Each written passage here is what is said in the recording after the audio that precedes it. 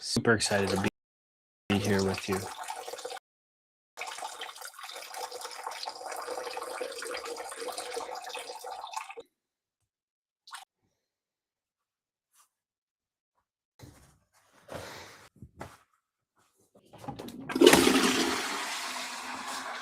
I put my own breathwork practice to the test earlier today because about 3 hours ago, my Wi-Fi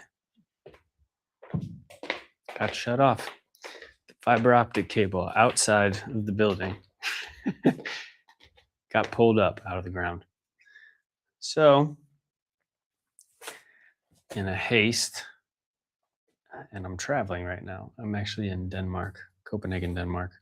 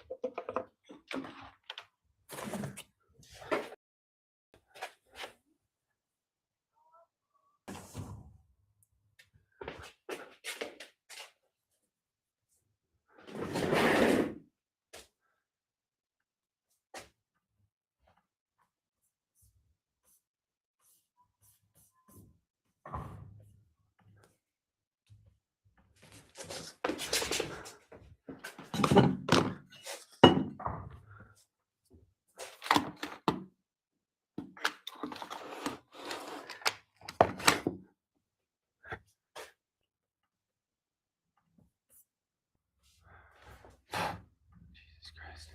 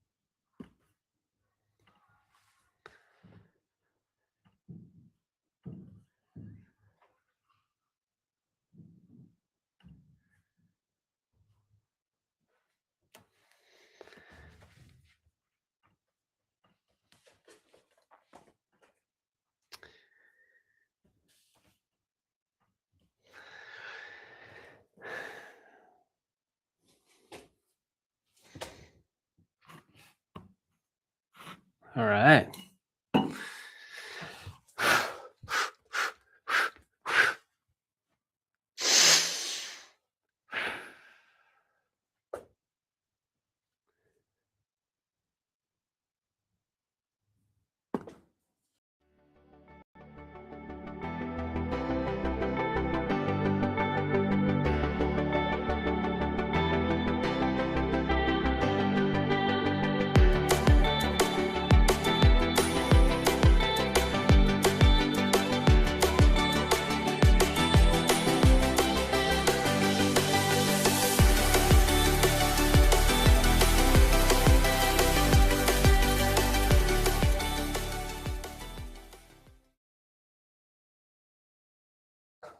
Hey, everybody, welcome in. I'm Anthony LaRubio. I'm happy that you're here.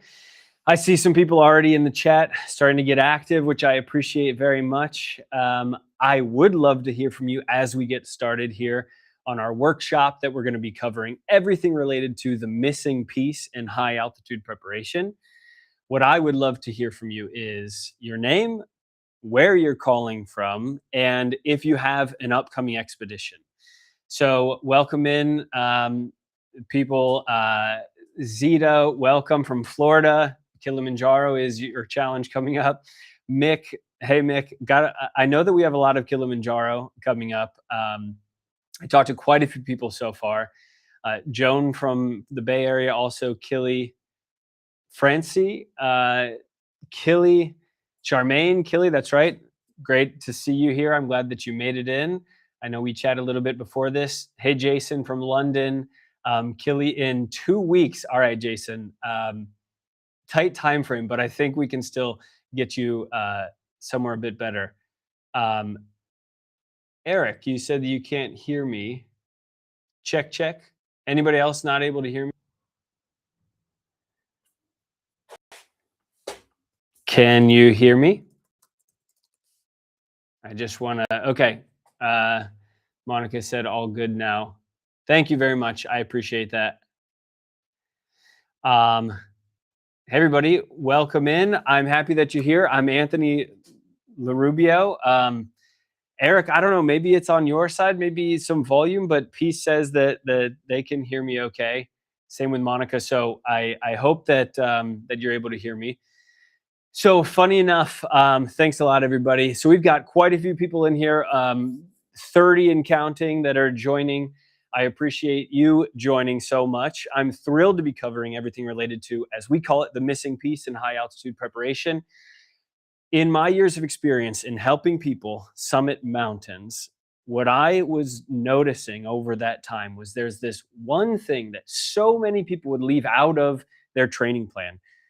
And this one thing has the power of like doubling the odds of success on the mountain. So today, I'm really excited in the next hour or so to share with you as much as I can, at least, to share with you everything about what this missing piece actually is and how you can integrate it into your schedule before your expedition.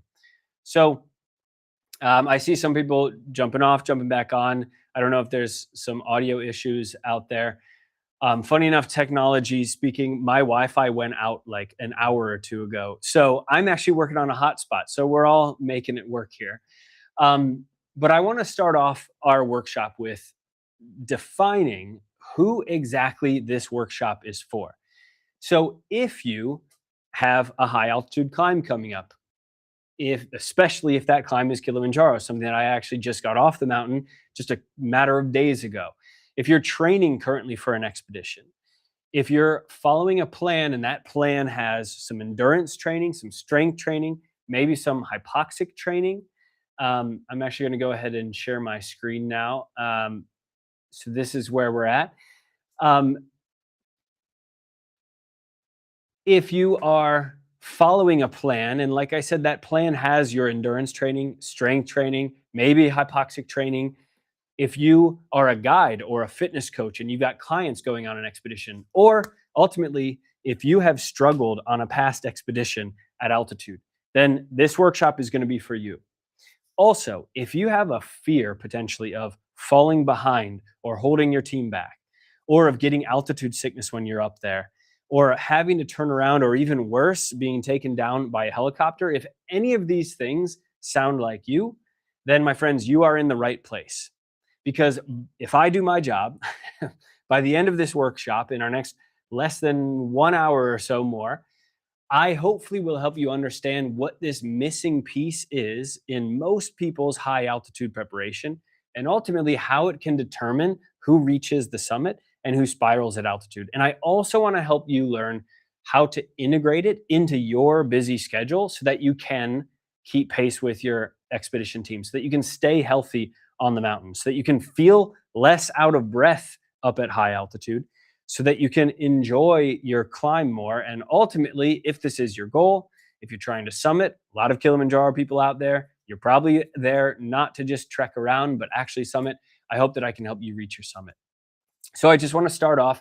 We're going to make this as interactive as possible, primarily through the chat. So I see a lot of you are active in the chat already. That's great. Really happy to see you in here. I would love to hear from you. Have you struggled at altitude before? Over the course of this next hour, I'm going to make this as interactive as possible. We're going to be doing polls. We're going to be doing assessments on various things that can dictate how ready you are for altitude. But my message around if you have struggled at altitude before is simple. It's that it's not your fault. The problem wasn't you and it isn't you. It's primarily what most training plans leave out.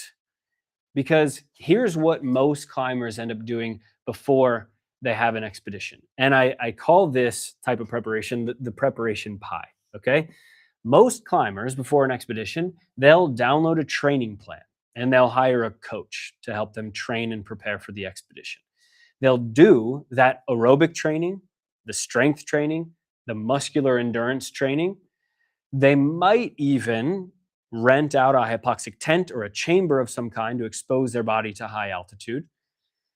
And then ultimately, most people, they hope that the acclimatization time that they set aside for themselves on the mountain is going to be adequate enough for their body to adjust as it goes up.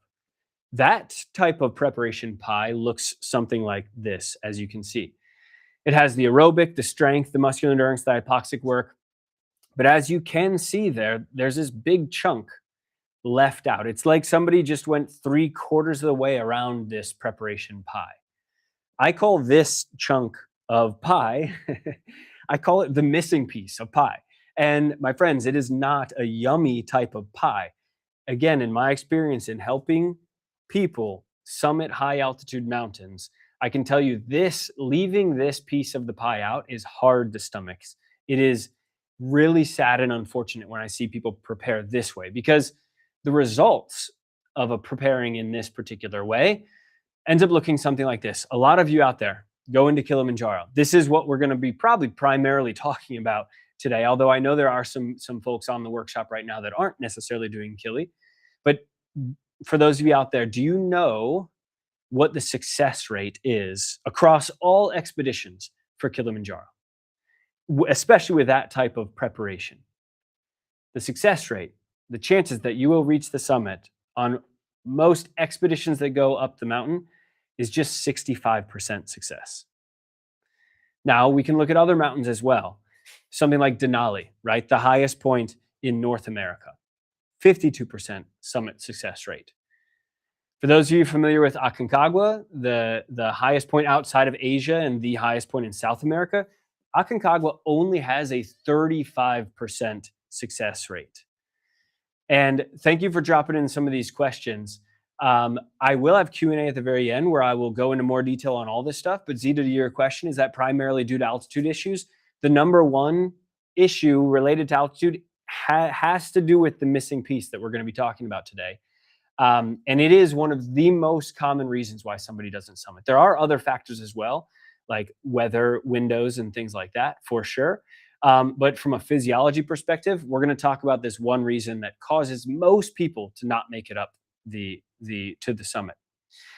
But when we look at Aconcagua, for example, what if I was to tell you that in the last 2 climbing seasons, that means what, 2024 and 2025, and a bit into the following years of each of those, the climbers that actually trained and fixed this missing piece, that set of people, which was not a small amount of people, quite a few climbers fixed the missing piece, and their success rate was 71% at Aconcagua.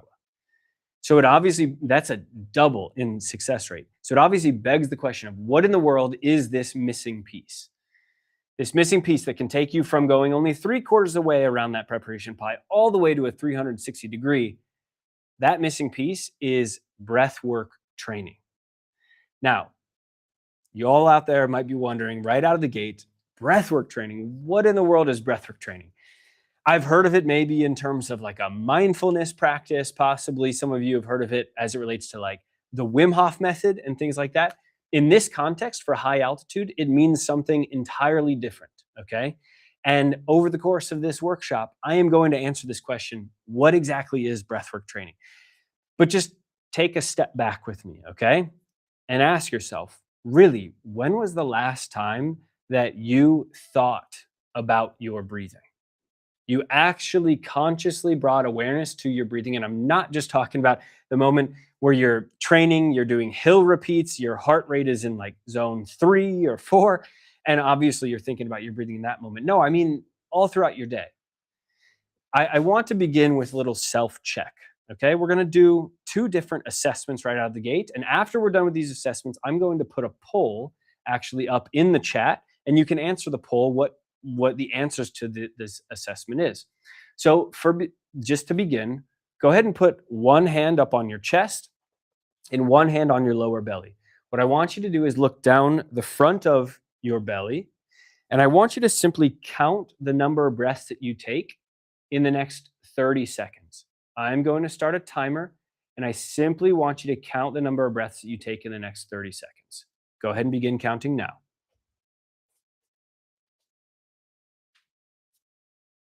You're just simply breathing as normally as you would, counting the breaths that you take. And for those of you, by the way, walking or something, it's best to do this seated. You've got just 4 more seconds. 3, 2, and 1. Now, keep that number in mind, okay, to yourself, while still looking down the front of your body. I want you to notice where the movement is happening when you take each breath. Is the movement that you notice up in the shoulders? Is it maybe in the middle of your chest? Is it in the middle of your rib cage? Or is it down here in the lower belly? Where do you notice the movement happening as you breathe? Okay, you can go ahead and relax. We're going to start the poll right now for how many breaths you took. Now, I want you to double the number of breaths that you took in that 30 seconds, and that's going to give you your 1 minute respiratory rate. Okay? So just simply times 2 the number of breaths that you took in that 30 seconds, and go ahead and fill out the poll of how many breaths you took in the equivalent of 1 minute. I see quite a few answers so far. A lot of you in that 7 to 10 range, about an equal number actually in the 15 to 18 range, 11 to 14. 7 to 10 right now is leading. I'm going to leave the poll open for just maybe 5 more seconds. So go ahead and get your answers in if you want to. 3, 2, 1. That is closed. So, and thanks for putting this in the chat as well. So our final answer for the highest amount was 7 to 10. And then our second highest answer was 11 to 14. Our third highest was 15 to 18. I see Gina at 16. It's crazy, but most people today, most people actually fall in that 15 to 18 range. Okay. Now you might be wondering, well, what is most optimal rate? Okay. Well, my answer to you is wait until the end, and I will cover what is the most optimal 1 minute respiratory rate. But let's answer the second poll now. Okay. I just launched that one. Where did you notice the movement happening when you breathed? Was it up in the shoulders? Was it in the chest? Whoops. Sorry. I just touched the microphone. That probably didn't sound good. Was it in the middle of your ribs, or was it down in your lower belly? Those are the areas that we're really focused on and noticing the movement happening when you breathe. I see quite a few of you notice the movement in the chest, middle of the ribs as well, quite a few lower belly. So we've got like 40-ish, 43-ish% lower belly. Middle of the ribs is at 27% and chest is at 27%. So I'm going to go ahead and close the poll in just 3 seconds. If you want to cast your vote, 2, 1, closing that poll. And I see another couple of chest in the chat as well. Upper belly. Yeah, that's probably ribs, I would say, Charmaine. Okay, so for the highest percentage of people, at 45%, notice it in the lower belly. 27% equally in the chest and middle of ribs.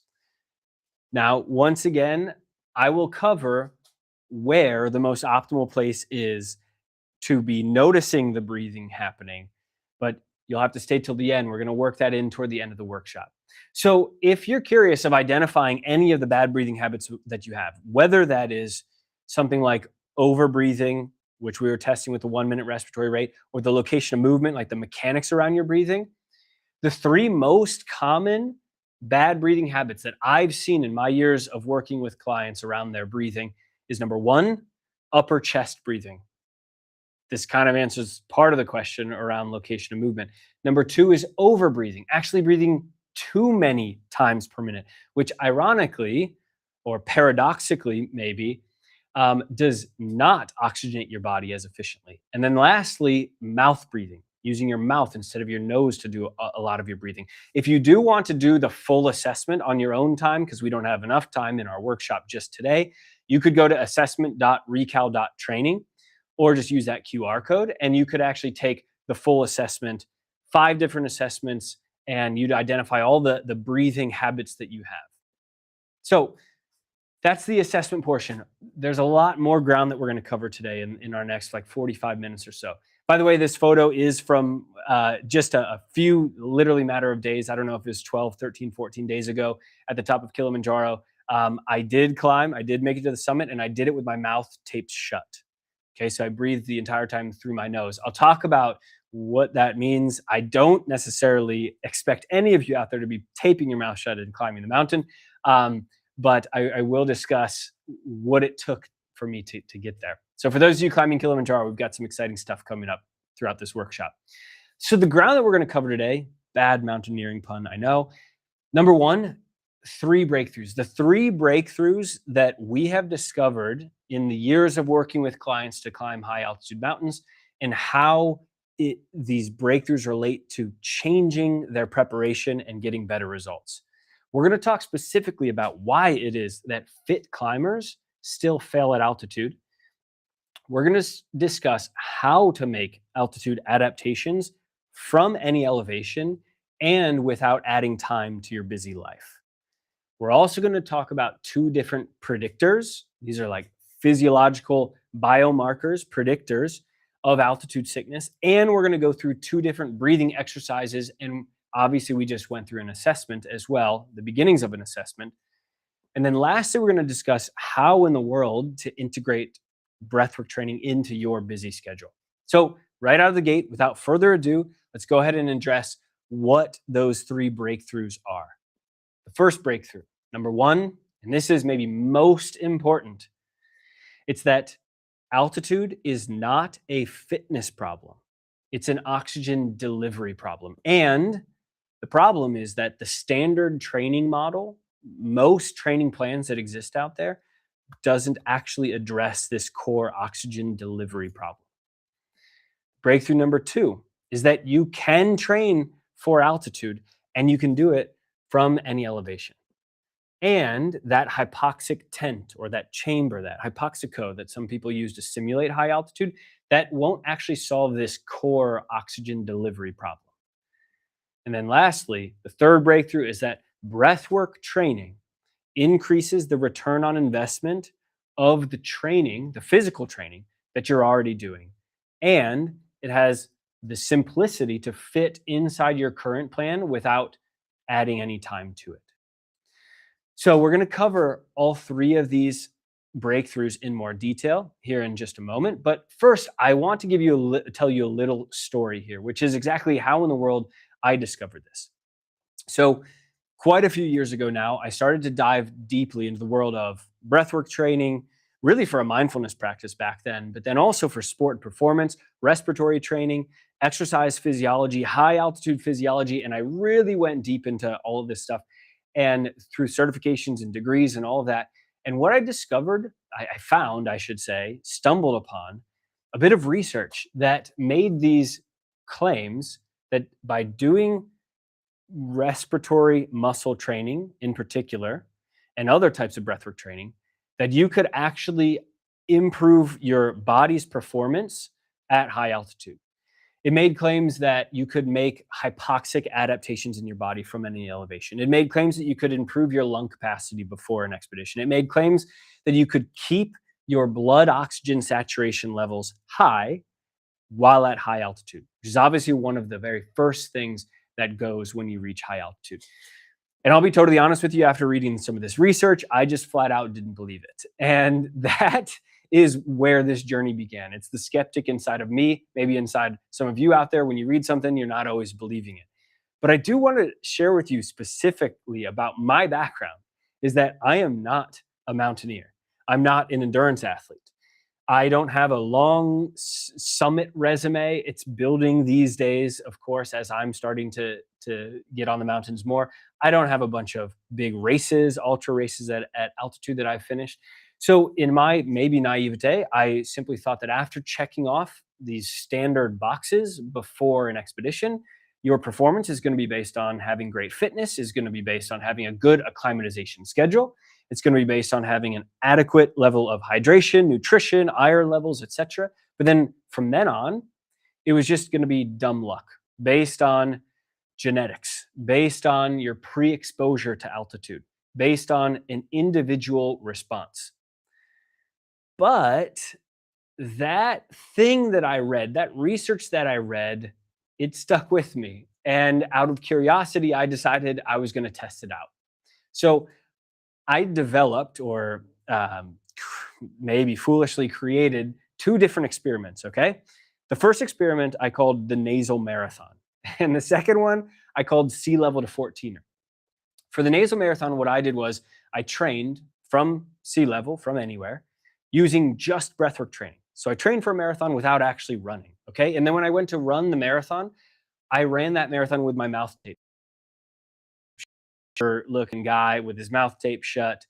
Um, this opened up Pandora's box for me, actually, because I finished it in a pretty good time. And I was like, holy cow, this breathwork training stuff, there might be something to it in terms of delaying the onset of fatigue in the muscles and whatnot. Then I wanted to take it to new heights, right? So through this sea level to 14er challenge, training from sea level, then showing up for the first time in my life at altitude, I climbed a 14,000 foot or 4,200, 300 or so meter peak. And I also did that with my mouth taped shut. And that's when I was like, holy cow, we have cracked open the facade in the fortress, and the world is my oyster. I'm going to take over all of the mountains of the world. So I created a third experiment, right? And I called this experiment my failure at Orizaba. If you're familiar with Orizaba, Pico de Orizaba in Mexico, it's the third highest point in North America and the highest point in Mexico. Now, the only difference about this experiment is it wasn't just me doing it, okay? I actually roped somebody else into this experiment, and that didn't go very well for that person. But just to paint the scene here, okay? You can see we're at a high camp. We're above 5,000 meters. Our guide, wearing green, is doing just fine, drinking soup out of a soup can. But you'll notice somebody wearing all black, hunched back on a backpack, not doing so well at altitude. This person here, the person that I roped into this third experiment, that, my friends, is my wife, Monica. Okay. And that experiment did not go, and for me subsequently, because it didn't go well for my wife as well. But how that failure changed my approach. And by the way, just so you know, my wife did stay with me, thank God. In fact, at that time, she was my girlfriend. So all ended well in that regard. But that failure at Orizaba completely changed my approach to this whole breathwork training, the research that I read, because what I was doing, I sort of discovered really inadvertently, was a bunch of hacks, right? A bunch of biohacks. And I don't know if you're anything like me, biohacks just aren't really going to cut it out there, especially above an altitude like, 5,000 meters, 16,000, 17, 18,000 feet, right? So my epiphany around all this breathwork training stuff was that what it takes to summit a high altitude mountain is not a bunch of hacks. It's having a training system. And so what I did next was I started to begin to build that system. And then I shared that system with others. And quite frankly, they ended up taking it to heights that I never could have imagined. And I want to introduce you to one of those people that did that. Meet Umar Latif. Umar lives in Pakistan. He trains and lives, though, just at 600 feet or so, 200 meters above sea level in Lahore, Pakistan. And he said after doing an early version of the training system that he saw an immediate improvement. Thanks, Suzanne. I'm really happy she stuck with me too. He saw an immediate improvement in his training results. And then when he got to the mountain, he said he felt stronger than he ever had before, and he was able to keep his blood oxygen saturation levels high, critically important at high altitude. This is Umar at the top of his peak, a 6,050 meter peak called Kosar Gang in the Karakoram mountain range of Pakistan. That's almost 20,000 feet. And in his words, I'm thrilled to have made it to the summit in just 4 days. 4 days. Now, I'm a huge proponent of a proper and slow acclimatization schedule. So I'm not out there asking you to go up a 20,000 foot peak in 4 days. But it goes to show the power of this integrated breathwork training system and what it can do for you. In fact, you can read about Umar's story out there on the web, this article by Julia Clark in adventure.com about what he was able to do. It's really quite a story. So that's the story of my background. Hopefully it helps you get to know me a little bit better, obviously, as we go through this workshop. But let's dial back in now and go really deep, or at least as deep as we can, into the three breakthroughs, right? So what is that first breakthrough again? That first breakthrough was altitude is not a fitness problem. It's an oxygen delivery problem. And again, the standard training model doesn't actually address it. So I have had the privilege of having very honest and open and vulnerable conversations with many clients before an expedition. And the one thing that I kept hearing more from people, the biggest fear that they had was that they didn't want to be the liability in their climbing group. But there's a really unfortunate false belief about how to attack this fear. And the false belief around that is that people believe that if they're fit enough, then they're going to be fine. But the truth of the matter is that even the fittest climbers can get helicoptered off the mountain. The truth is that it is not going to be your legs that fail first at altitude. It's going to be your breathing that fails first at altitude. And let me illustrate what happens when your breathing fails at altitude. I call this the hypoxic spiral. And it's a series of steps, a very unfortunate series of steps. Now, what happens first when you start to climb up and up and up at altitude is the barometric pressure, in other words, the air pressure around you, begins to drop. Okay? As the air pressure drops, your body senses that drop and it starts to breathe faster or breathe maybe in a more panicked way. Breathing in general destabilizes at that point. Now, when breathing destabilizes, what happens next is that your heart rate actually spikes, or at the very least, it starts to become chaotic as well in tandem with your breathing, because breathing can dictate what happens with your heart. After your heart rate starts to go wild, your mind starts to get involved here because these things are all connected, right? And that's when panic and doubt and general stress start to set in on the mountain. This is the unfortunate steps 4.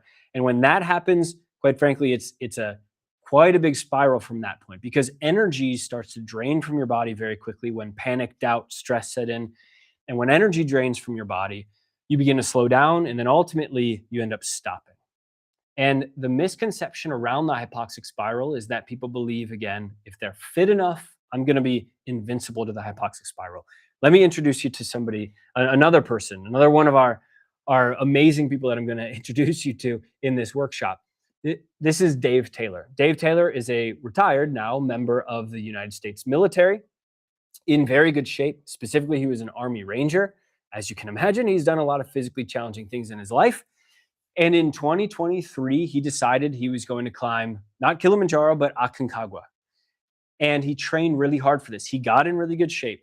However, he failed in that attempt at Aconcagua, turning around at 6,000 meters. That's like, what would that be, everybody, in feet? Over 20,000 feet. Or just under 20,000 feet.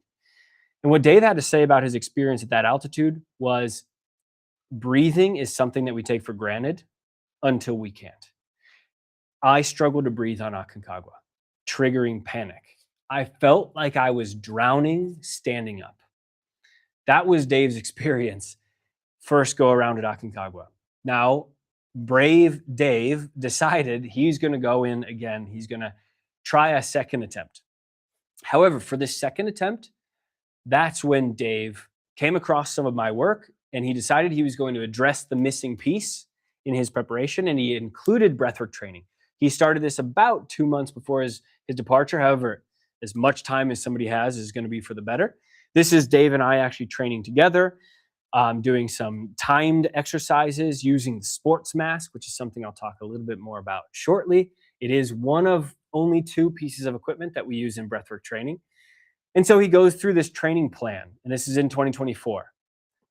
After doing that, he did have a successful summit at Aconcagua. He said that his experience was night and day between the first attempt versus the second attempt, thanks to the recal training, and that he could feel the difference on the mountain between the altitude and the physical exhaustion. Those moments of panic that he experienced in the first attempt could have easily spiraled, like the hypoxic spiral, as we talked about, out of control. Instead, he found himself leaning into the techniques, breathing techniques that he had learned along the way and his training, and that transformed those moments into moments of control and composure. This is Dave at the top of Aconcagua, going from Maryland, near sea level, to nearly 7,000 meters in feet, 22,000 and change in 2024. So this is the misconception, and addressing that with being fit can make you invincible to the hypoxic spiral. But there's another misconception out there, and that is that just simply being young, having youth, can make you invincible to all the challenges that ail us in the world. I'm just kidding. This is also a misconception, because I have seen 30-year-olds that have fallen into the hypoxic spiral, and I've seen tons of 60-year-olds, 70-year-olds, and more that have avoided the hypoxic spiral altogether. Let me introduce you to one of those folks, Nigel Henry, 60 years old. He went from London, UK. Shout out to those of you on the chat here from London. Jason, I know you mentioned you're from London. Kat, maybe there's a couple others out there. Caroline as well. Nigel from maybe down the street. And he trained using breathwork training before his Everest Base Camp trek. And he said, without a doubt, Recal's training helped immensely to prepare. When he was short of breath on the trek, the techniques that we had worked through massively helped his, specifically, oxygen levels at altitude. So the misconceptions are that being young or being fit guarantee invincibility and your summit. That is not the case. There's one more misconception out there, and this actually comes into our breakthrough number 2.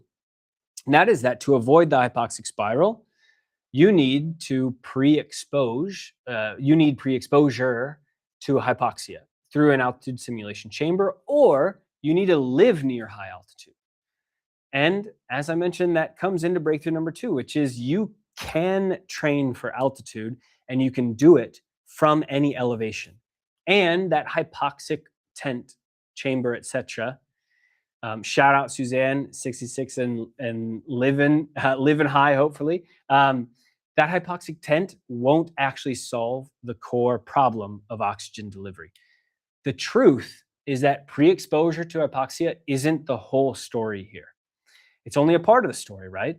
Hypoxic tents fall short as it relates to something that we call passive versus active training. Exposing yourself to hypoxia is a passive form of exposure, right? But there are ways that you can actively train the systems that are going to be taxed at high altitude.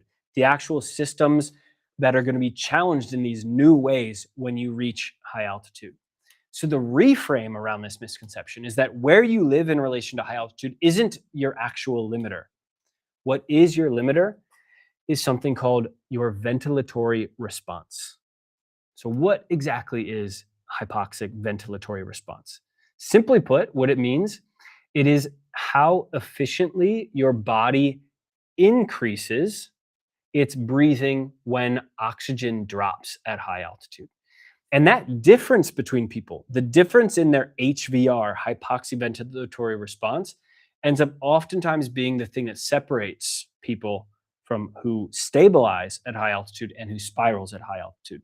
So let me paint another picture through a little story here. Two climbers, same mountain, different outcome. Let's meet our climbers.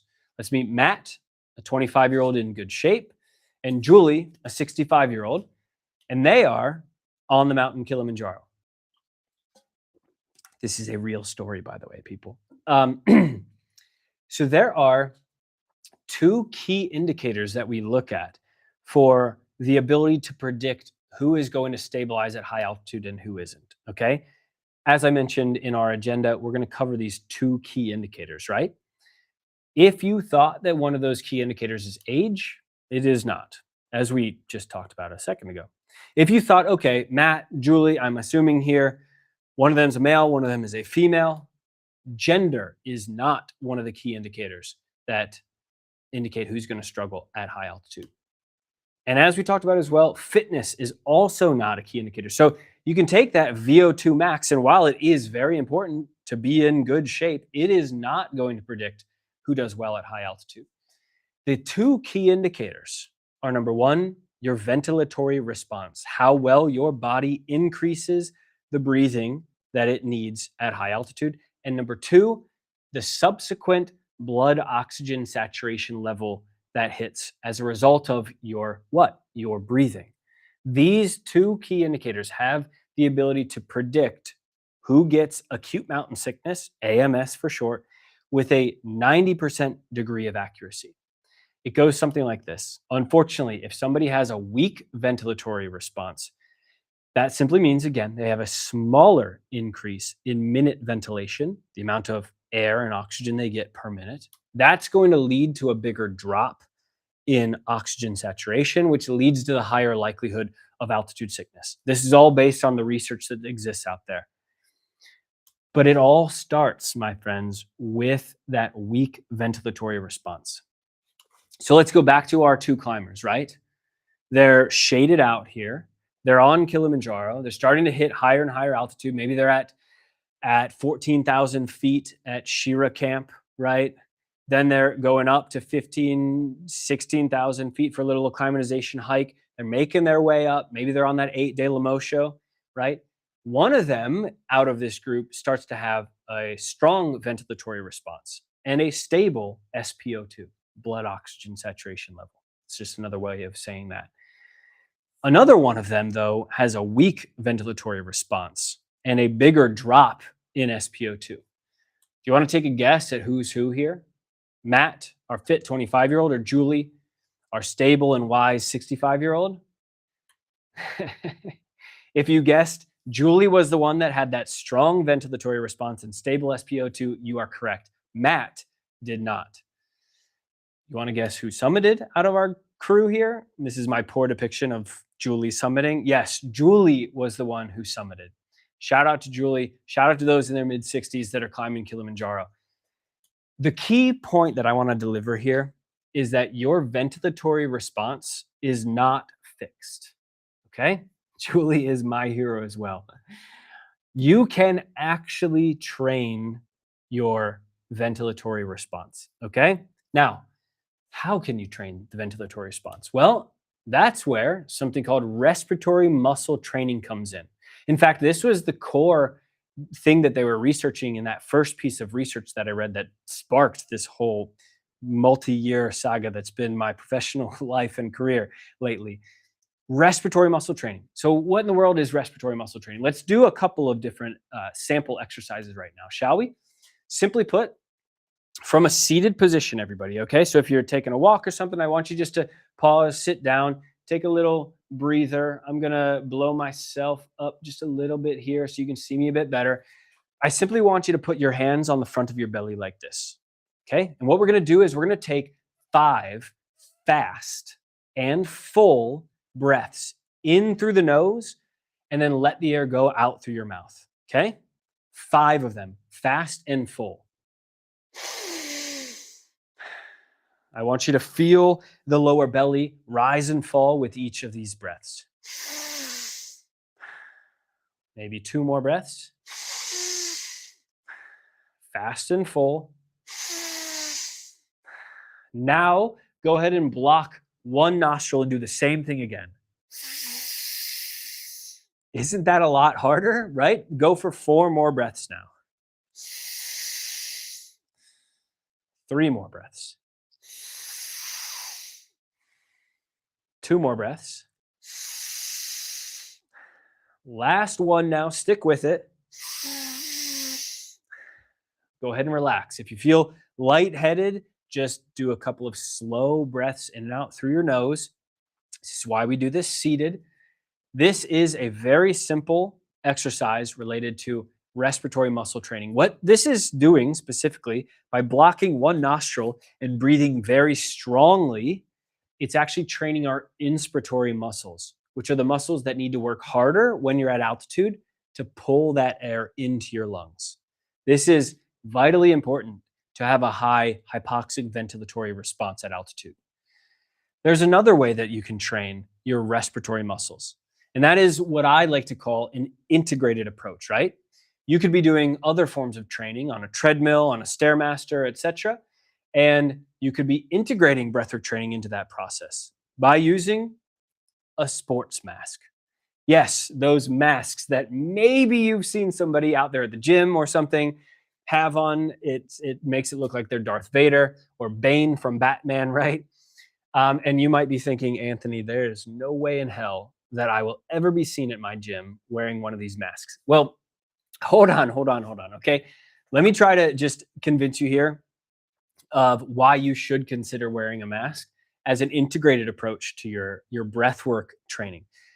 There are a lot of benefits to the sports mask, but 2 of them are that, number 1, it resists the air that you breathe in. As you can see here, through this space right here, right in front of the nose, there's a little valve, a regulator that limits the amount of air that can come in. So with each and every breath, you have to work harder to pull that air in. This is going to train your inspiratory muscles, which is exactly what's going to happen up at high altitude.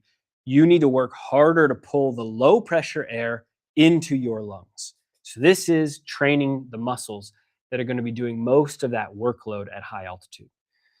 And secondly, this is out of breath training. Without going deep into the science, because quite frankly, we could talk about that for about an hour, it's going to train your out of breath response. And in fact, by changing your chemoreceptor sensitivity to that sensation of out of breath, you won't feel as out of breath when you're on the mountain. So for those 2 reasons, I do advise or suggest or encourage you, I should say, to invest in one of these masks and actually integrate it into the training that you're doing. There are other benefits. There's a lot more science behind this that we can talk about. These masks don't simulate, the Everest level altitude, but there are a lot of benefits to these. Ultimately, my point here is don't leave your HVR, hypoxic ventilatory response, to chance. Make sure that you have the respiratory muscle endurance, sorry about that, to take on the challenge of breathing stronger at high altitude. Now, at this point, we've gone through the first 2 breakthroughs, right? We have covered what Umar Latif did in his 6,000 meter peak summit in Pakistan. We covered Dave in his 2 attempts at Aconcagua. We covered Nigel in his Everest Base Camp trek at 60 years old. We've covered what Julie, my hero, has done on Kilimanjaro. Maybe you've come around to this idea that the one that I'm laying on pretty thick here, and that is that this breathwork training thing can actually make a huge difference. But let's get really real about the situation that I know that you're in. And this is where a lot of people make one final mistake. You are very busy, right? You might be thinking, before this expedition, I can't just tack on one thing, or maybe I just have too short of a time, to your point, Suzanne, of making these adaptations, right? It's not like your life just hit the pause button because you put an expedition on your calendar, right? But that is where breakthrough number 3 comes in. They make the mistake of not taking the time to do this, but really in reality, breathwork training has the power of increasing the ROI of the training that you're already doing, right? And really, it's no matter how much time you have before your expedition, but ultimately, it does not add more time to your existing training plan because of the efficiency that it creates in giving you more out of the existing training that you're doing. Let me break this down in more detail, okay? The standalone work that I suggest you doing with breathwork training, that alone is going to take only 10 to 15 minutes per day, 3 days a week. Now, I know you might be thinking, Anthony, you literally just told me this isn't going to take more time. Let me just elaborate on this a little bit more. But if you invest that amount of time, as well as the integrated work, which can be done simply as a warm-up, cool down after a workout, or literally in tandem with the other training that you're doing, all of that is going to offset the time that you spend because of the efficiency that it creates and the results that it creates with your training. So let me highlight exactly how this really works. I want you to meet Josh Blesnak. Josh is a trail runner from Alaska, but he lives at sea level, right? Anchorage. And he's training for an ultra marathon at high altitude. Training begins. He and I got in touch. He started training using our integrated system. And he said that while doing his training, the biggest thing that he noticed was his ability to increase his running pace while staying in heart rate zone 2. For those of you out there familiar with heart rate zones, heart rate zone 2, especially the top of zone 2, is that aerobic threshold, right? This is where a lot of endurance athletes want to train. And he noticed he was able to cover more distance in that heart rate zone 2 by doing the breathwork training. This is Josh at his high altitude race, the Leadville 100 in Colorado, which is about 10,000 to 12,500 feet, and it goes for 100 miles. He said that after recal's training, he saw improvements in his hill climb times and his ability to catch his breath after a steep, fast climb, right? This was Josh's results. What this does is something called the multiplication effect, right? By integrating breathwork training into your program, you can multiply the results of your other training. So think, like Josh, a faster pace in zone 2 heart rate. Think more distance covered on the hill repeats workout that you're doing. Think more repetitions in the muscular endurance that you're doing for your legs. So this is the multiplication effect that integrating breathwork training in your program has. So I want to recap the 3 breakthroughs that we've gone through, right? Altitude is not a fitness problem. It's an oxygen delivery problem. Number 2, you can train for altitude and you can do it from any elevation. And number 3, breathwork training increases the ROI of the training that you're already doing. I want to really hammer home this point. Invest in what actually matters at high altitude. Do not do what most climbers do. They do the aerobic training, right? Cardio. They do the strength training. They do the muscular endurance training. They might even invest in a hypoxic tent of some kind. But they only go 3/4 of the way around that preparation pie, and they leave out that missing piece. And what happens when you do that is you get results that look like this. 65% success at Kilimanjaro, 52 at Denali, 35 at Aconcagua. Instead, do this. Actually address that missing piece. Go 360 degrees around that preparation pie. Include breathwork training, because that's when you'll be able to get results that look like this. Hundreds, I should say, of athletes, yes, but probably the majority, very normal people, everyday folks that have climbed the highest mountains in the world by training a full 360-degree approach, including breathwork training. So this is the core of my presentation, of the workshop here. We've done the assessments now. You hopefully have seen some pieces of where your breathing is at. You have access to the full assessment. We've done some exercises, the respiratory muscle training exercises. And maybe for some of you, this is going to be enough for you to take and run with. And I encourage you at this point, if you want to drop off, you can go ahead and do that. But I will position a question. And if you want to, you can throw a yes out into the chat. If you want to see the full system, right? The actual training framework and system that we created that our clients actually use to get these results on the mountain, we can go ahead and dive into that. Obviously, if you want to drop off, you feel free to do that and run with it. Maybe get that sports mask and kind of do things on your own. But of course, if you want to see the actual training that our clients go through, go ahead and throw a yes in the chat and let me know, and we can proceed there. Or obviously, if you don't want to, we can wrap up as well at this point. So my question for you is, do you want to see the full actual system that our clients go through? And of course, this means we're going to go into some of the paid training programs, obviously, at this point. But still, I think it'd be useful information for you to know. So I see a ton of yeses in the chat. Diana, Jason, Francia, Sylvia. Okay, sounds good. Let's do it then, friends. Let's talk about our 360-degree expedition ready system, which includes all these components that we talked about, right? Because remember at the beginning when I said that those hacks, just one-off exercises, didn't actually cut it at 5,000 meters? Well, here's what actually came next after that failure at Orizaba, where I had to convince my wife to stay with me. We created the framework that changed everything. That is called the SUMMIT framework. SUMMIT is an acronym. It's SUMMIT, SUMMIT, and it starts with beginning with surveying. So here is where we would survey where you're at the beginning of your training, both physically, altitude readiness assessments, things like that, but also maybe more importantly on your breathing. We need to survey where your bad habits exist with your breathing. And then from there, we can actually unlearn some of those bad habits.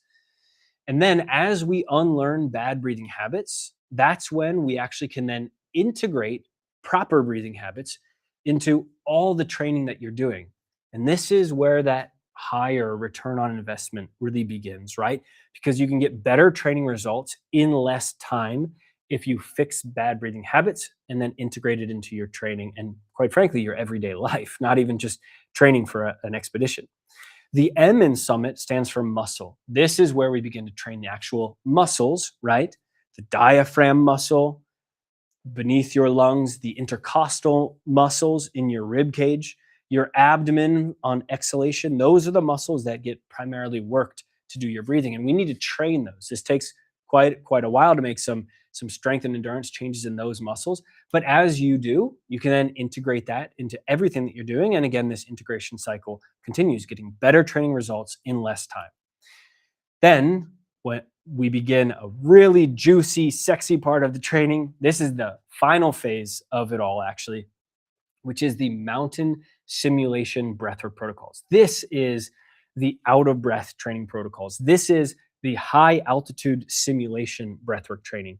This is your carbon dioxide tolerance training. All of these things might not mean a whole lot at this moment, but this is where we actually simulate using targeted breathwork protocols what it's going to be like up on the mountain. And we make adaptations in your body, hypoxic related adaptations in your body that are going to help for when you arrive.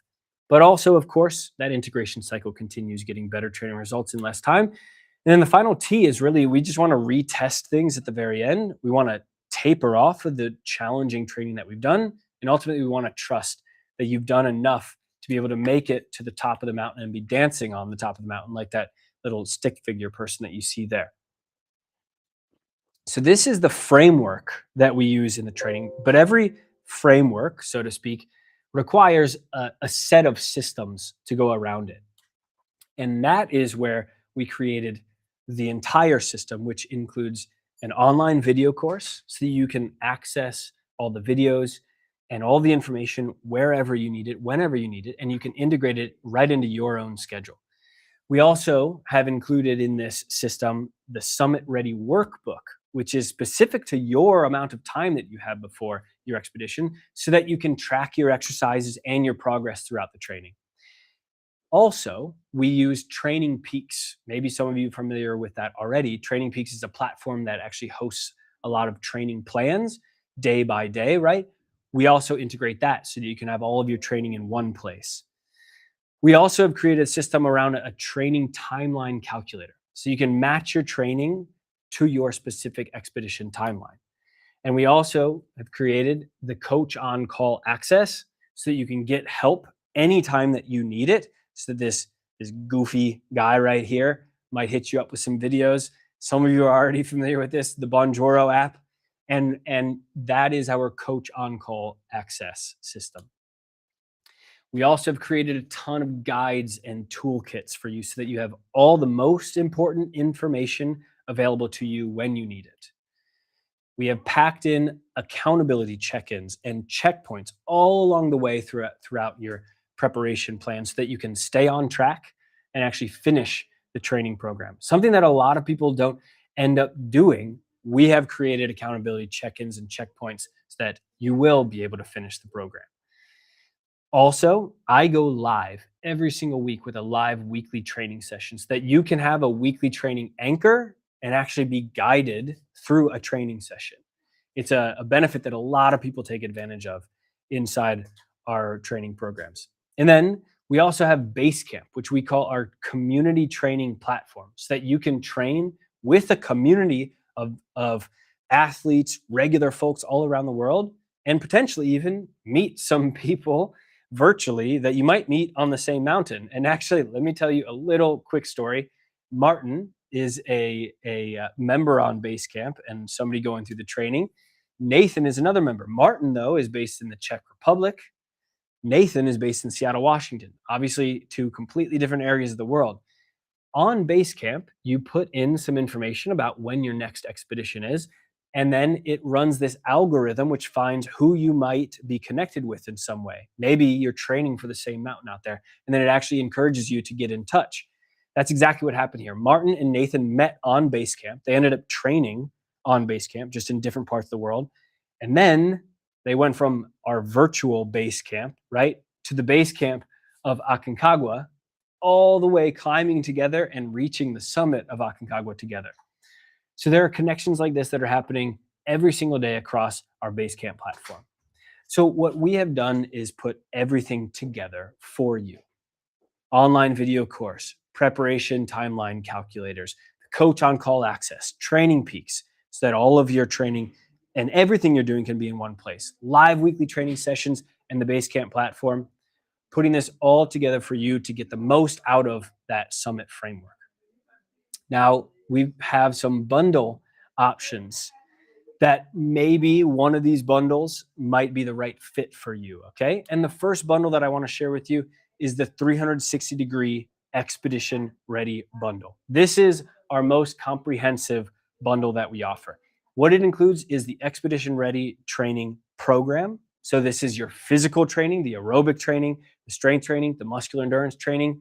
As you can see here, uses Training Peaks, plus the breathwork specific training program, which is the Summit Ready online video course, and expedition guides and toolkits all along the way. So what you end up getting is the Expedition Ready training valued at $1,200. This is your physical training, the aerobic capacity building, everything that I just mentioned, as well as the Summit Ready breathwork training specifically, which includes the respiratory muscle training, the lung capacity development stuff, the out of breath training protocols, the hypoxic and high altitude simulation training.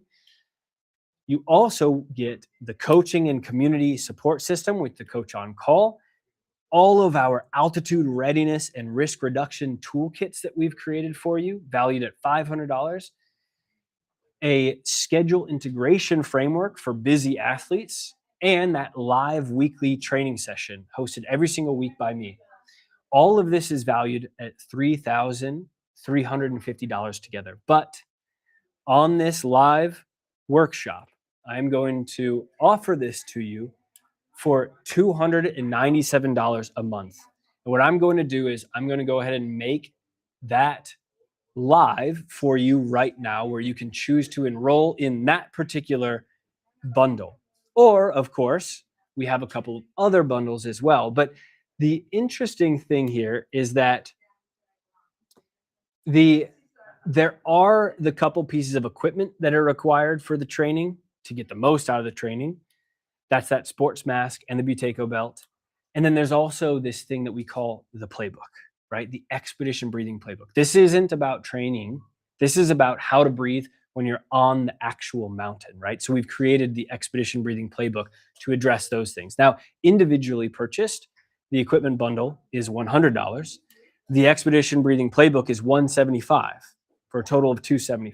But if you book within the next 5 days, I will give that to you for free, included in that 360-degree expedition ready bundle. So you get all of these things listed here, plus the expedition breathing playbook, plus the equipment bundle, valued in total $3,550, and that would still be just that $297 per month price tag.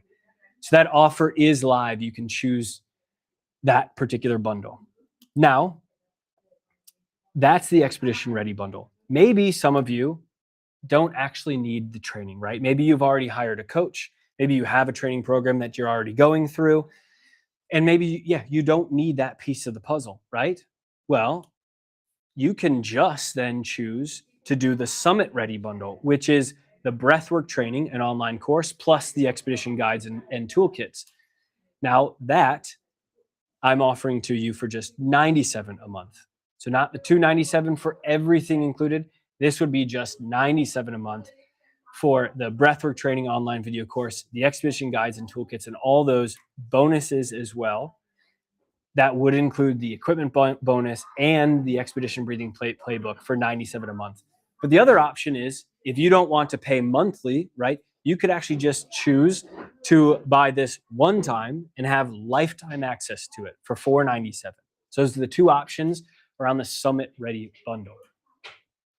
That is all available under that same exact link that I provided to you just a little bit ago. And I can actually paste that link here in the chat in case you weren't able to see it in the little pop-up window that came up. Now, one more special thing I want to offer you. This is the live webinar bonus, okay?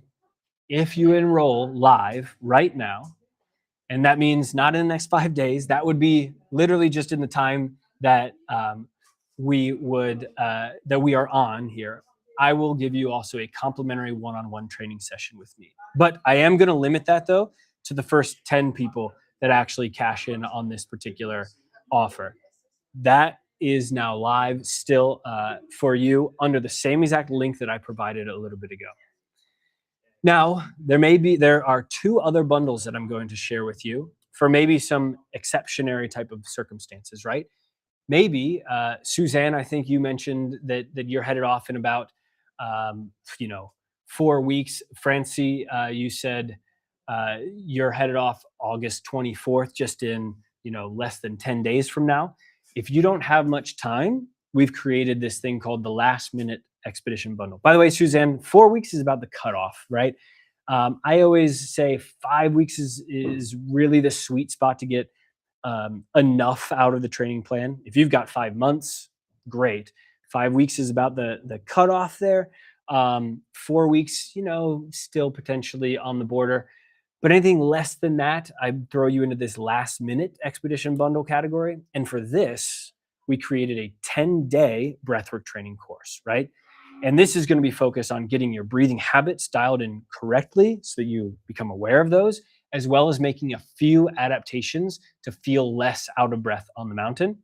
And then we include the expedition breathing playbook. So this is actually how to breathe when you're up on the mountain, especially if you're feeling sick and stuff like that. We have protocols for all of those situations on the mountain itself. And we include the pieces of equipment that I suggest using when you're there on the mountain, which includes some nasal strips for nasal breathing and some mouth tape for sleeping. We can talk about that in the Q&A if you want to, but these are the types of tools that I suggest for a last minute expedition bundle. If you were to buy these individually, it'd be $100 for the 10-day breathwork course, $175 for the expedition breathing playbook, and then $50 for the expedition toolkit, $325 in total value. But I'm offering that to you now on this live webinar for $197. There's one more bundle now, and that is that if you don't want the training plan and say you just want to take the guesswork out of the equipment, you could also just simply purchase the equipment. So this is the bundle for you. The training equipment bundle, which is the sports mask and the Buteyko belt, something we wear around the rib cage to train our respiratory muscles. The Expedition Breathing Playbook, again, how to breathe up on the mountain itself, protocols for every situation up there, and of course the Expedition Equipment toolkit as well. Once again, that in total is valued at $325 if you were to buy it separately, but if you bundle this all together, one flat price of $197 for the On My Own equipment bundle. So those are all of your options here, right? You have the most comprehensive package, 360-degree Expedition Ready bundle, physical training, breathwork training, and everything in between for $297 a month. You've got the breathwork only option if you don't want the physical training with it for $97 a month, or lifetime access for $497 one time. You can, of course, just if you're running out of time, we've got the last minute Expedition bundle at $197. And then, of course, if you just want the equipment and train on your own, the On My Own equipment bundle at $197. And above everything else, we do offer a 30-day money-back, unconditional, no questions asked guarantee. So if you have any issues with anything, you're not getting the results that you were looking for, you can ask and have your money back within 30 days. So to kind of close out our thoughts on this, I want to leave you with one thing, and that is invest in what actually matters here. Yes, do your aerobic training. Yes, do your strength training. Yes, do all of these things, but don't go just 3/4 of the way around that preparation pie. Finish the circle 360 degrees around. Include breathwork training in your preparation, because when you take a 360-degree approach to your pre-altitude expedition program, that's when you get results that look like this. Those hundreds and hundreds of normal folks around the world that have climbed the highest mountains in the world. So your next step, I encourage you, enroll now and reach your summit. At this point, I will open it up to Q&A. I saw quite a few questions, and I will go through the chat, of course. Charmaine, you said, when you say per month, what is the commitment? 1 month. So it's per month. If you do the $297 program, you can be in for 1 month, not seeing the results, don't like it, you can cancel at any time. So it truly is just a 1 month limit. And yes, that also means if you do the breathwork only program for $97 a month, and I am still going to deliver you in the next 5 days if you book that equipment bundle and all those things that are worth way more than the $97. Yes, technically speaking, if you cancel in the short amount of time, yeah, that probably is not the best business decision for me, but I firmly believe that you would get the results that you're looking for, and so there is no monthly commitment. Obviously, your access closes when you stop paying the monthly rate, but you can choose then to just pay the one-time price of $497, and that way you'd have that course for life, right? All right, questions as well. I'm starting my expedition on the 24th of August. What is the training I should do? Hopefully, Francie, by the end of this, you have identified that. I'll actually go back to that slide maybe.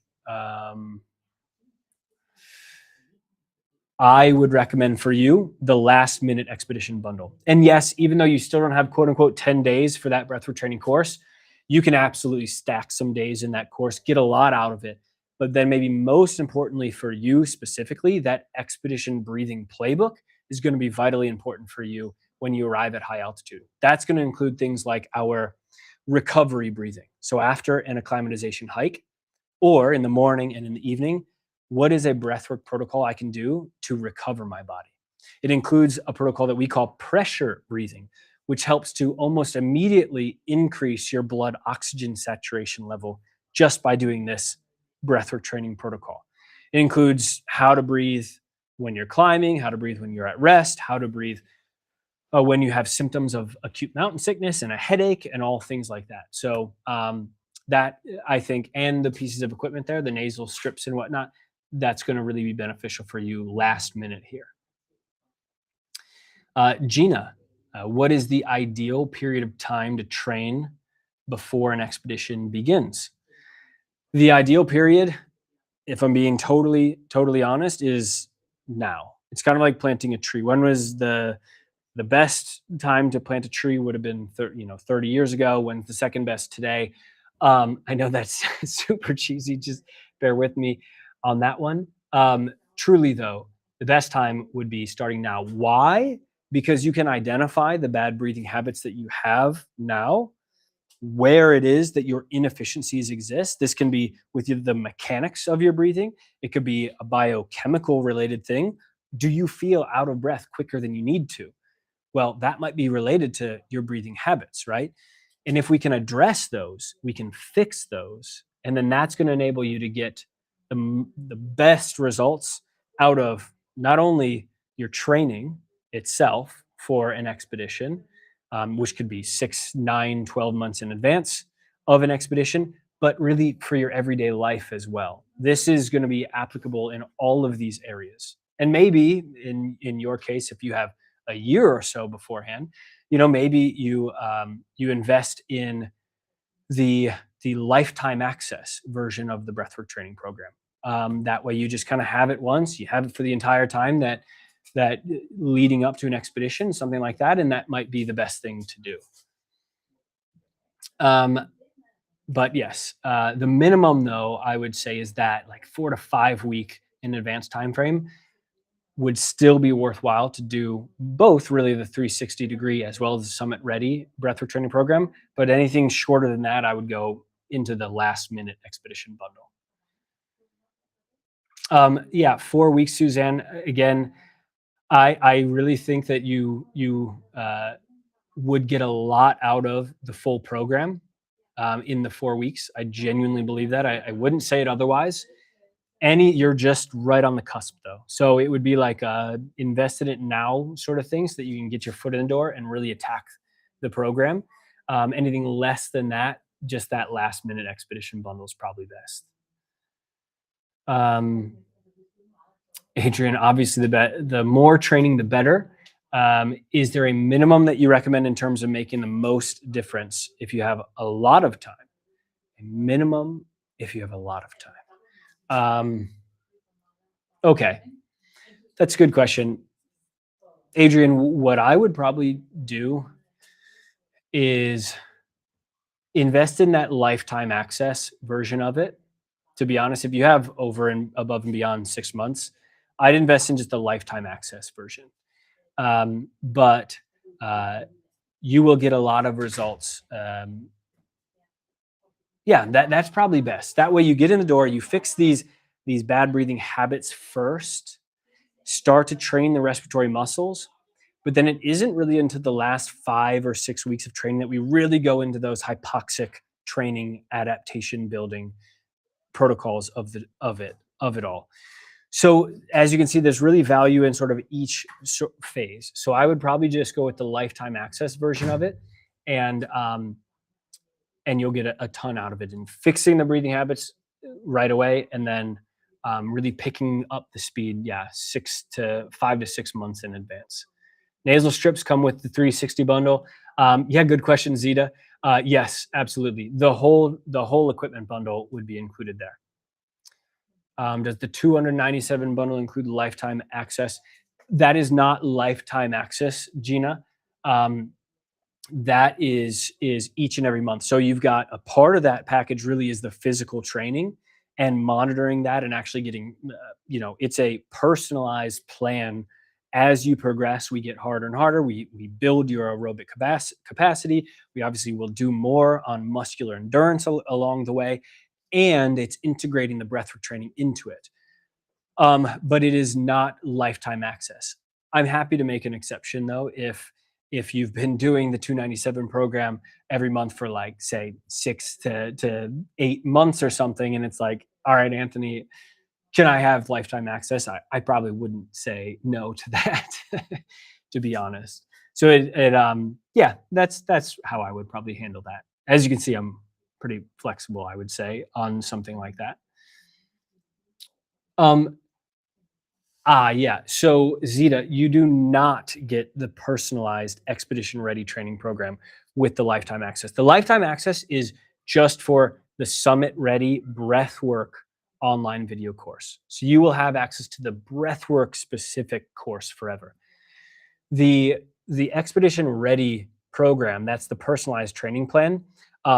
That is like an ongoing thing, right? We will be working together every single month, every single week, even every single day, putting together a training plan for you specifically. So there's not lifetime access to that. It's basically just access. It's a training plan. It's a monthly fee subscription based training plan that. So that's how that would work. Great questions across the board, everybody. All right, sleeping training. I noticed you mentioned a mouth covered for sleeping. All right, Nick, this is a really, really good question. And I'm going to address this by also talking about something that I heard from who brought this up. I think Adrian, you brought this up with me about asthma, right? Okay, so and I know you might be thinking asthma that's not related to sleep. Okay, I will connect these dots, right? One of the things that when somebody arrives at high altitude that inflicts them the most is the air up there is going to be cold, and it's going to also most likely be drier than the air that you'd experience at sea level. And there's also a lot of dust, especially if you're doing Kilimanjaro. Folks, I'm saying you are going to be sending snot rockets of dust all day, every day. I mean, not really, that's probably an exaggeration, but there is a lot of dust up there. And when you breathe through your mouth, you are directly injecting that cold air, dry air, dust particles right into the lungs. There's no filter really if you inhale in through your mouth. In fact, I'm gonna look bigger here. So the nose though acts as a filter. It humidifies the air as you inhale. So it's going to bring some moisture into the air. It's going to warm up the air as you inhale it. So it's going to be better received by your lungs. It is going to filter out any particles that are in the air, dust and things like that. And so it's really important, especially at altitude, to breathe through your nose as much as you possibly can. That also is going to help engage the diaphragm so that you get air low into the lungs, which is where more gas exchange actually occurs. It's where more oxygen diffuses into your bloodstream when you breathe through your nose, because that little resistance actually engages your diaphragm, which sends air lower. So I cannot overstate this. Think about breathing through your nose as much as possible when you're up there. One of the ways in which we ensure doing that is by wearing mouth tape for a period of time that we can't be consciously aware of our breathing, which is at night. And so we use the mouth tape to keep the mouth closed so that we do all of our breathing through the nose, and that's going to clean up that air and have it better received by the body while we're sleeping. This is the same thing that relates to asthma. Many people actually have asthma as triggered by dust particles or allergens, even, which is kind of a whole other category. But dust particles, cold, dry air can inflame the airways, and that causes that asthma attack. And quite frankly, exercise-induced asthma is related as well. When you breathe a lot more times that cold, dry air, and you're doing it through your mouth, you are then inflaming, causing inflammation in the airways, which is really where that bronchoconstriction happens, right? And then bronchospasms through coughs. But bronchoconstriction is really what an asthma attack is related to. So that's why I say breathe through the nose, and that will help prevent the onset of an asthma attack or exercise-induced bronchoconstriction. The last reason why I would want you to tape your mouth at night is because when you go up in altitude, there's less oxygen molecules in the air around you. Your brain is recognizing that, and it's making you breathe more often. And if you breathe through your mouth, the breaths can be very choppy, fast, rapid. But when you breathe this often, what you're doing as well is you're not just getting oxygen in and maybe shallow, but you're actually getting CO2 out, carbon dioxide out. Well, if you get rid of a bunch of carbon dioxide is actually one of the primary stimuli that make us feel like we need to take a new breath. So when you feel out of breath, when you're holding your breath right now at sea level, etc., it's not a lack of oxygen that makes you think you need to take a new breath. It's actually the rise in carbon dioxide. So if you offloaded all that carbon dioxide, your brain isn't going to think that you need to take a new breath. And so what you do is you go into this long period of apnea while sleeping. Nobody wants apneas while sleeping, right? Well, this is what they call high altitude induced periodic breathing while sleeping. It's these intermittent periods where you don't take a breath, and then all of a sudden, out of nowhere, the oxygen level has dropped enough where it triggers this new breath, and then you wake up gasping for air. This is periodic breathing while sleeping. If you breathe with your mouth taped shut and through your nose, it's going to smooth out the curves of your breathing. It's going to slow down that respiratory rate, make it deeper though as well, and that is going to prevent that periodic breathing. So I hope that extremely scientific meandering explanation around asthma and sleep and periodic breathing all makes sense to you, and why I do encourage breathing through the nose and using mouth tape at night. Whew. You didn't even know what you were getting yourself into with that question, Mick. Okay. Is there an accelerated version of the full training program? Good question, Charmaine. If you book the 297 program, the 360-degree expedition ready bundle, we will personalize the whole program for you. So if you have a really expedited time frame, we're just going to make that a part of the personalized program. So I'd be at the ready to just, consolidate things as much as we can within reason without overworking you, obviously, and overtraining you. But that would be the solution. Is it's a customized program, so we can accelerate as fast as we possibly can. But it can't be any less, of course, than a month, if that makes sense, Charmaine. We also have a question, Adrian. I know nose strips come with the packages, but do mouth tapes? Yes, that does also come with that equipment bundle. Really, its core is a part of the Expedition Breathing Toolkit bundle, but yes, that will be included. Is it worth taping the mouth while sleeping at home? Yes, Ava. 1,000,000%. Not only to get used to it, but not to get too personal, but every single night I am taping my mouth shut. So, it's kind of one of those things that, like, you've met my wife, Monica, at this point, right? When it's time to go to bed, we get our talking out of the way. Let's put it that way. I put my mouth tape on, and we know that is time to truly fall asleep. I'll leave it at that. Sylvia, right? Sylvia. I just want to say that correctly. My wife's Polish, and if I get an SZ wrong, that would not be good. I have to leave. Thank you so much. Yes, absolutely. Thanks for joining. Good luck with Aconcagua. I'm super thrilled and excited for you. You're going to nail it, my friend. Plus, you're climbing with Grajales. So, without a doubt. Okay, if there aren't any other questions, if there are any other questions, I should say, you can simply email me at anthony@recaltraining.com. That's right there in the top right hand up there. Maybe it's down there now. But I do want to call out next week, we're hosting a very special event with someone who summited Everest just a matter of months ago in May. Dawn Aiken, a client of ours through the Breathwork training program. She summited Everest, and we're going to talk about what it really felt like to breathe above 8,000 meters. And you can register for this particular conversation at basecamp.recal.training. Go there, go to the home, and under events, you should see that, and you can register. Obviously, if you join a training program, you're going to have access to Basecamp, and you'll see this event on there. But that's going to be next week, 1 week from now, at the exact same time that we started today's event, 12 p.m. USA Eastern Time.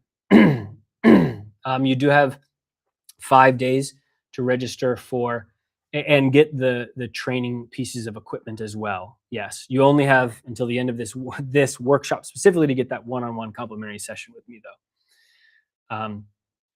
Yep, you can absolutely do that, Adrian. Suzanne, I'm so glad I found you as well. I'm so glad that we all have found each other. I appreciate your attention, all your questions. It's been amazing meeting you all, and I wish you nothing but the best. Good luck out there. I'm here, hopefully, for every step of the way. Take care, everybody. Bye.